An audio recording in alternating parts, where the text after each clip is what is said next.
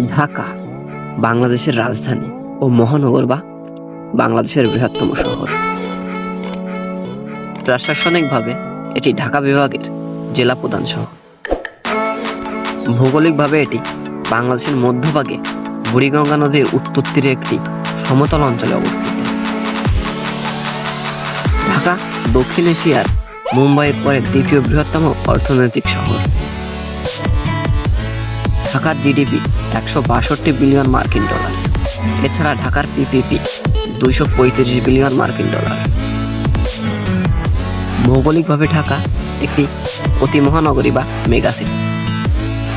ঢাকা মহানগরীর মোট জনসংখ্যা প্রায় 4,42,15,107 জন, যা দেশের মোট জনসংখ্যার প্রায় 11 ভাগ। জনঘনত্বের বিচারে ঢাকা বিশ্বের সবচেয়ে ঘনবসতিপূর্ণ শহর।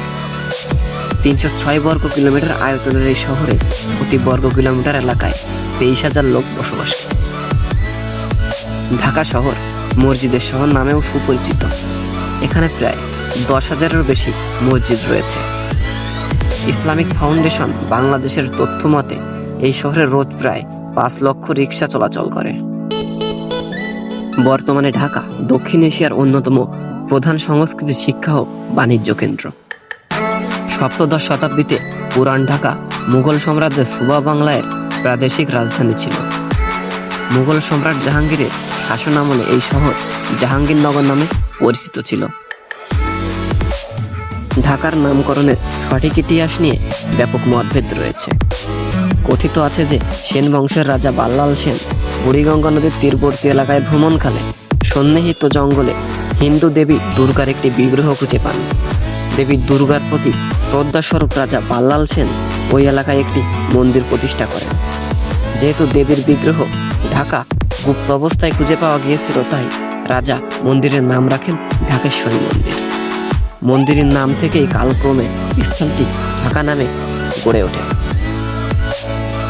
আবার অনেক ঐতিহাসিকের মতে মুঘল সম্রাট জাহাঙ্গীর যখন ঢাকাকে সুবাহ বাংলার রাজধানী হিসেবে ঘোষণা করেন, তখন সুবাদার ইসলাম খান আনন্দের বহিঃপ্রকাশ স্বরূপ শহরে ঢাক বাজানোর নির্দেশ দেন। এই ঢাক বাজানোর কাহিনী লোকমুখে কিংবদন্তির রূপ নেয় এবং তা থেকেই শহরের নাম ঢাকা হয়ে যায়। এখানে উল্লেখ্য যে মুঘল সাম্রাজ্যের বেশ কিছু সময় ঢাকা সম্রাট জাহাঙ্গীরের প্রতি সম্মান জানিয়ে জাহাঙ্গীরনগর নামে পরিচিত ছিল। ঢাকা নগরীকে বর্তমানে 2 ভাগে বিভক্ত করা হয়েছে, ঢাকা দক্ষিণ ও ঢাকা উত্তর। ঢাকা দক্ষিণই হল পুরান মূল নগরী। ঢাকা উত্তর ঢাকার নবীন বর্ধিত উপশহরগুলো নিয়ে গঠিত।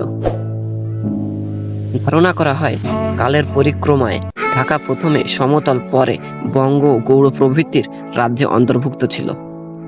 খ্রিস্টীয় 13শো শতাব্দীর শেষের দিকে মুসলমানেরা ঢাকা দখল করে। মুঘল সম্রাট জাহাঙ্গীরের ফরমান অনুযায়ী 16 জুলাই 1610 খ্রিস্টাব্দে ঢাকাকে সুবাহ বাংলার রাজধানী ঘোষণা করা হয়। সম্রাট জাহাঙ্গীরের নাম অনুসারে রাজধানীর নাম জাহাঙ্গীরনগর রাখা হয়। বিশ্বব্যাপী মসলিন বাণিজ্যের একটি কেন্দ্র ছিল ঢাকা এবং বিশ্বের বিভিন্ন স্থান থেকে ব্যবসায়ীগণ এখানে বাণিজ্যের উদ্দেশ্যে আসতেন। ঢাকাতে বিশ্বের সেরা মসলিন কাপড় উৎপাদিত হতো। যদিও আধুনিক ঢাকা শহরের বিকাশ ঘটে 19 শতাব্দীর ব্রিটিশ শাসনামলে। এই সময় নবাবগণ ঢাকা শাসন করতেন। এই সময় কলকাতার পরেই ঢাকা বাংলার প্রেসিডেন্সির দ্বিতীয় বৃহত্তম নগরী হয়ে ওঠে। 1905 সালে বঙ্গভঙ্গের পরে ঢাকা নবগঠিত পূর্ববঙ্গ ও আসাম প্রদেশের রাজধানী হয়। 1947 সালে ভারত বিভাগের পরে ঢাকা পূর্ব পাকিস্তানের প্রশাসনিক রাজধানীতে পরিণত হয়। 1950 থেকে 1960 সালের মধ্যে এই শহর বিভিন্ন সামাজিক, জাতীয়বাদী ও গণতন্ত্রপন্থী আন্দোলনের কেন্দ্রবিন্দু হয়ে ওঠে। 1971 সালে ঢাকা স্বাধীন বাংলাদেশের রাষ্ট্রের রাজধানী ঘোষিত হয়। ইতোপূর্বে সামরিক আইন বলবৎ বাংলাদেশের স্বাধীনতা ঘোষণা, সামরিক দমন, যুদ্ধ, প্রাকৃতিক বিপর্যয়ের তাণ্ডবলীর মতো একাধিক ঘটনার সাক্ষী হয় এই ঢাকা শহর। ঢাকা বাংলাদেশের রাজধানী। আধুনিক ঢাকাকে বাংলাদেশের আপামর জনতা রাজনৈতিক, সাংস্কৃতিক ও অর্থনৈতিক জীবনের প্রধান কেন্দ্র হিসেবে বিবেচনা করা হয়। এটির প্রসংহিত জাতীয় দর্শনীয় স্থানগুলো যেমন জাতীয় সংসদ ভবন, ঢাকা বিশ্ববিদ্যালয়, ঢাকা কলেজ, মুক্তিযুদ্ধ জাদুঘর, বাংলাদেশের জাতীয় জাদুঘর, লালবাগ কেল্লা, হাতিরঝিল, জগন্নাথ বিশ্ববিদ্যালয়, জাহাঙ্গীরনগর বিশ্ববিদ্যালয়, জাতীয় স্মৃতিসৌধ, কেন্দ্রীয় শহীদ মিনার, তারা মসজিদ, ঢাকেশ্বরী মন্দির ইত্যাদি গুরুত্বপূর্ণ দর্শনীয় স্থান। এই শহরের অবকাঠামো বিশ্বের মধ্যে উন্নত হলেও দূষণ, যানজট এবং শহরমুখী মানুষের অধিক্যের কারণে জীবনমান উন্নয়নের ঋণাত্মক প্রভাব লক্ষণীয়। সাম্প্রতিক দশকগুলোতে ঢাকা পরিবহন ও যোগাযোগ ব্যবস্থা, গণপূর্ত ব্যবস্থায় যে আধুনিকীকরণ হয়েছে তা বিশেষভাবে লক্ষণীয়। বর্তমানে এই শহরে প্রচুর বিদেশি বিনিয়োগ টানতে এবং ব্যবসা বাণিজ্যের পরিধি বাড়াতে সক্ষম হয়েছে। সারা দেশ থেকে প্রচুর মানুষ ঢাকায় আসেন জীবন ও জীবিকার সন্ধানে। এ কারণে ঢাকা হয়ে উঠেছে বিশ্বের দ্রুততম ক্রমবর্ধমান নগরী।